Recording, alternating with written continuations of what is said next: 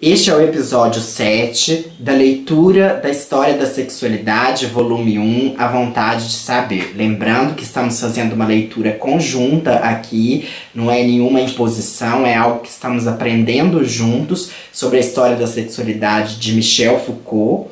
O volume 1, A Vontade de Saber. O episódio de hoje refere-se à terceira parte do quarto capítulo, que é o dispositivo de sexualidade.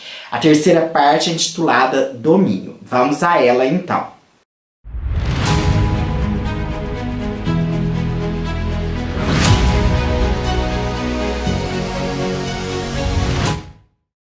No episódio 5 e no episódio 6, falamos da primeira parte e da segunda, respectivamente. A primeira, o que está em jogo, e a segunda, método.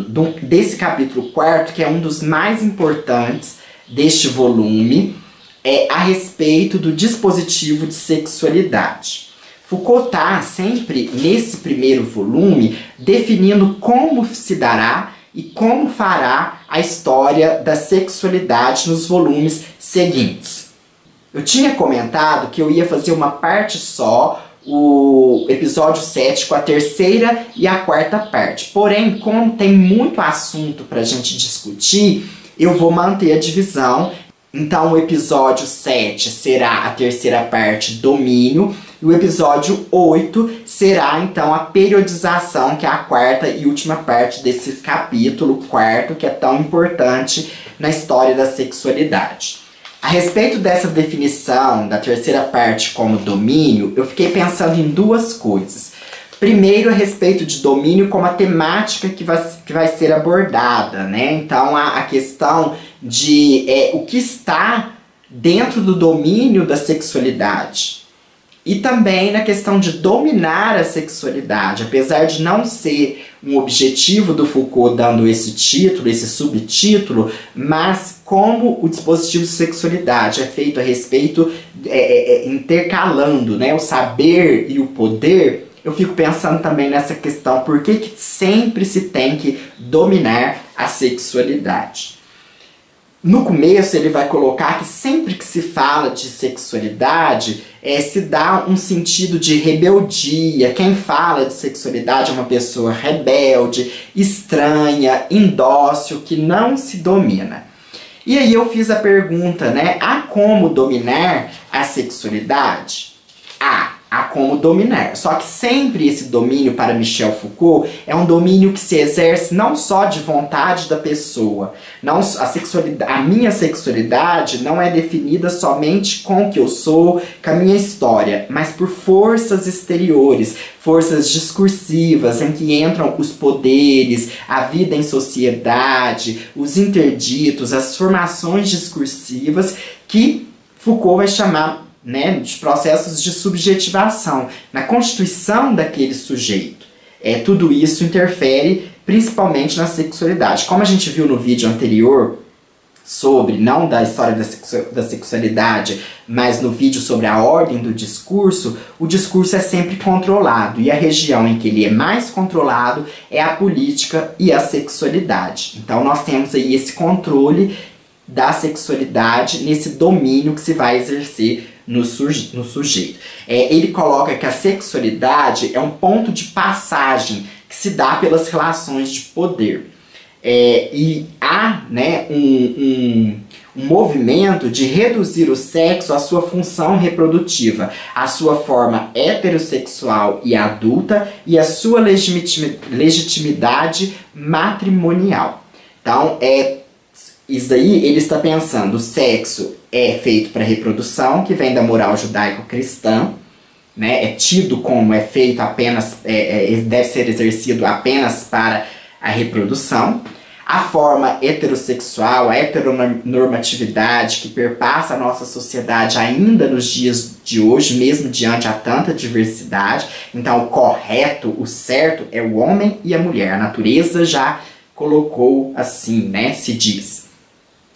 A criança não tem sexualidade, ele vai mostrar depois com Freud que tem sexualidade, e só é legítimo o sexo dentro do matrimônio. Então, em primeira análise, ele coloca três periodizações importantes aí, duas, nessa parte, na periodização ele vai falar até o século XX, mas nessa parte ele está colocando a respeito do século XVII, XVIII e XIX.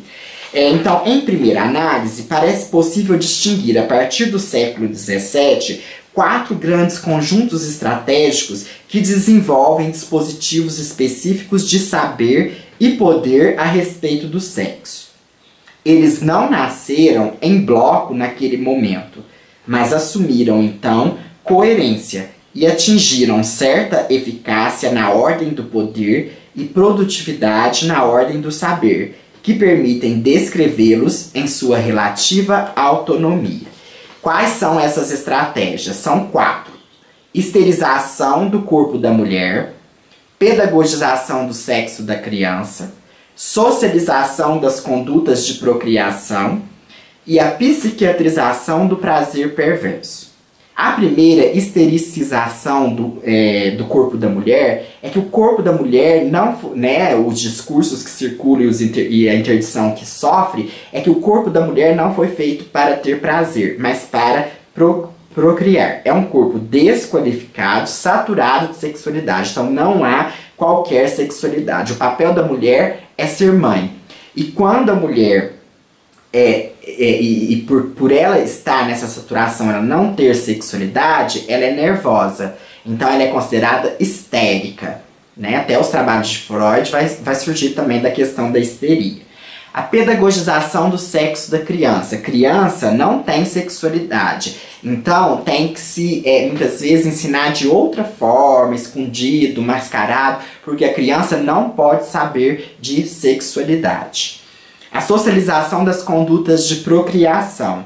É socializado, né, circula na sociedade que o sexo é para procriação, então tem que procriar. Então só é socializado o sexo dessa maneira. As formas de obter prazer, o sexo como prazer, não é socializado.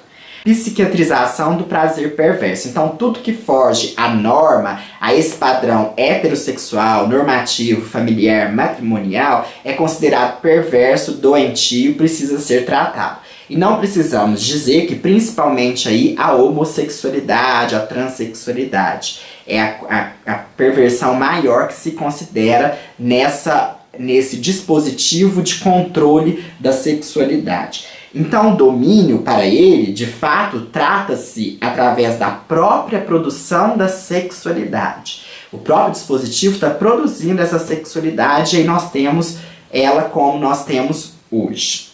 A sexualidade é o nome que pode dar a um dispositivo histórico, não a realidade subterrânea que se apreende com dificuldade, mas a grande rede da superfície em que a estimulação dos corpos, a intensificação dos prazeres, a incitação ao discurso, a formação dos conhecimentos, o reforço dos controles e das resistências encadeiam-se uns aos outros segundo algumas grandes estratégias de saber e poder. Então, o sexo está ligado ao poder e ao saber. Por isso que tem essa vontade de verdade. O passo inicial é uma vontade de verdade que está em toda a sociedade sobre o conhecer o sexo, mas é interditado pelos poderes. Não é todo mundo que pode saber a respeito dessa temática.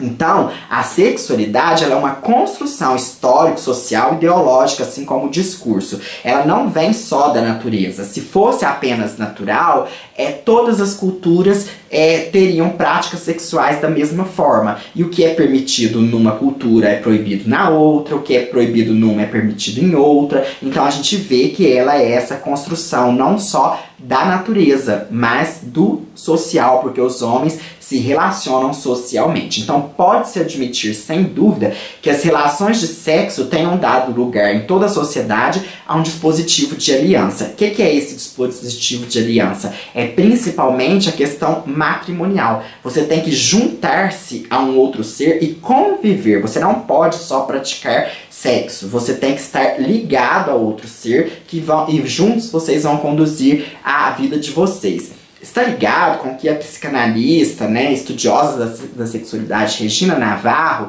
para ela o sexo não está ligado ao amor. Eu não concordo totalmente, eu acho que às vezes tem uns posicionamentos muito abertos também, muito amplos, mas de fato, essa questão quando a gente coloca apenas a sexualidade ligada, muito costurada ao amor, tem-se aí uma contradição. Então, o que a gente pensa, o que Foucault vem nos colocar, é que as sociedades ocidentais modernas inventaram e instalaram, sobretudo a partir do século XVIII, né? Então é a partir do século XVIII que começa um novo dispositivo que se superpõe ao primeiro e que, sem o pôr de lado, contribui para reduzir sua importância, que é o dispositivo de sexualidade. Como o de aliança, este se articula aos parceiros sexuais, mas de um modo inteiramente diferente. Poder-se-ia opô-los termo a termo. O dispositivo de aliança se estrutura em torno de um sistema de regras que define o permitido e o proibido, o prescrito e o ilícito. O dispositivo de sexualidade funciona de acordo com técnicas móveis, polimorfas e conjunturais de poder. Primeiro, para a gente entender o que é dispositivo, né? Eu precisaria fazer um vídeo só sobre dispositivo, é um conceito que eu ainda estou me apropriando dele, mas eu entendo assim, dispositivo. Essa máquina que eu estou gravando é um dispositivo. O barbeador é um dispositivo. O relógio é um dispositivo, nesse sentido. Então, é um mecanismo.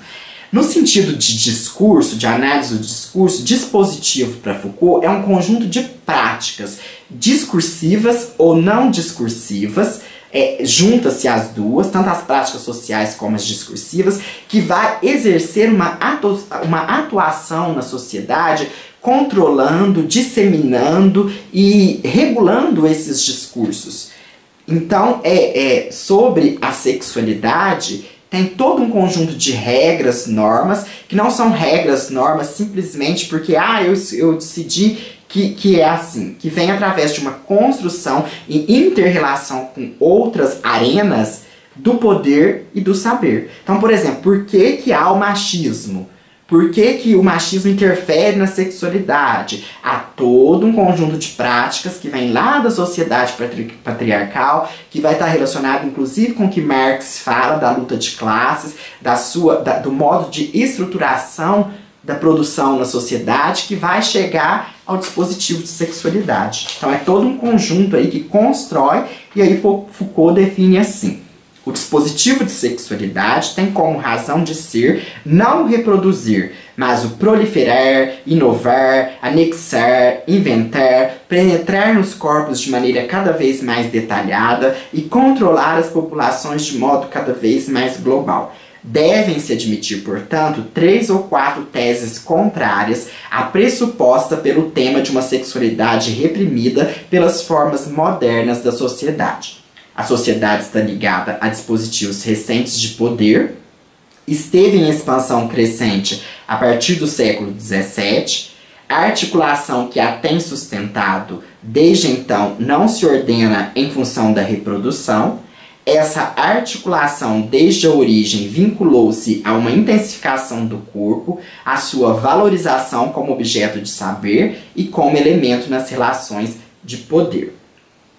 Então, sempre esse dispositivo ele está em reatualização e sempre colocando-se, interferindo na vida das pessoas. Uma coisa, por exemplo, a pornografia, ela dita um modo do sexo. Não é o sexo como a pessoa escolhe, mas como uma indústria escolheu, como se criam roteiros, até categorias determinadas, para dizer isto é a sexualidade que então os sujeitos devem exercer, e isso é levado para a vida das pessoas.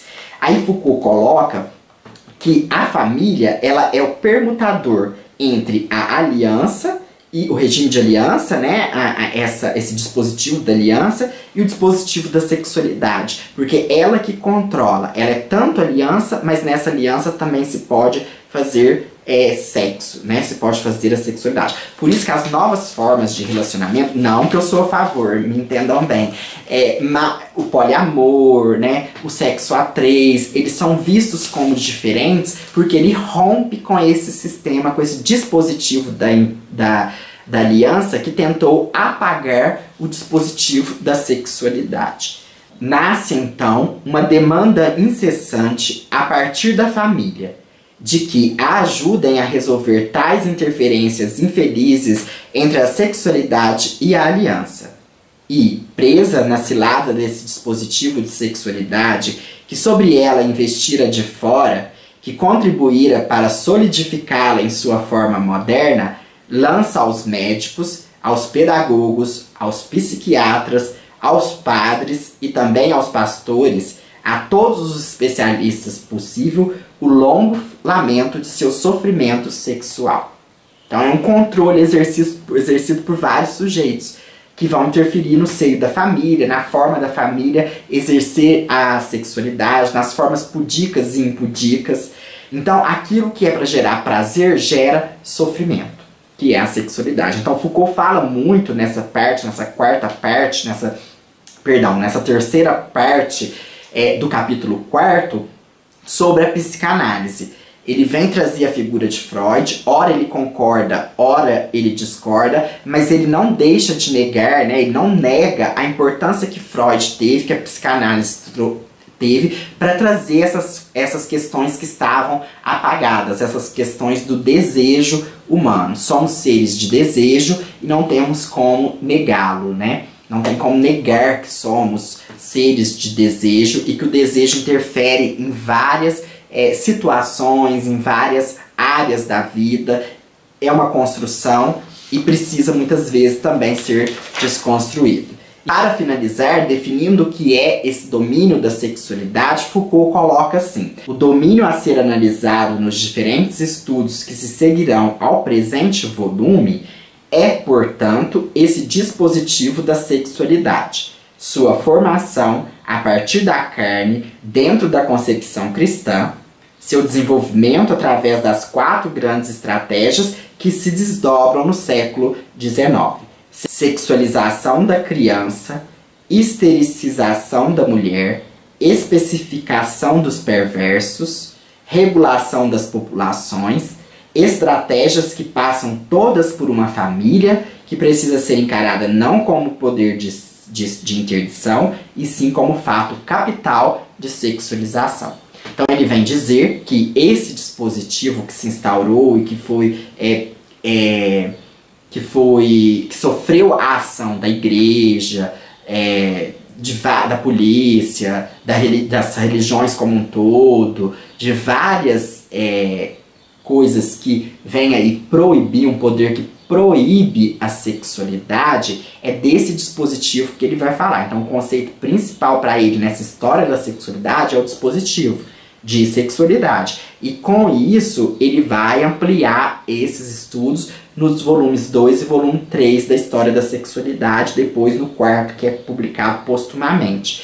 Ele coloca então aqui uma metalinguagem, está explicando o seu texto, né? Ele está aí falando sobre a sua prática de produção da sua escrita, e que ele fala que a família não deveria interditar, mas deveria ser o campo da sexualização.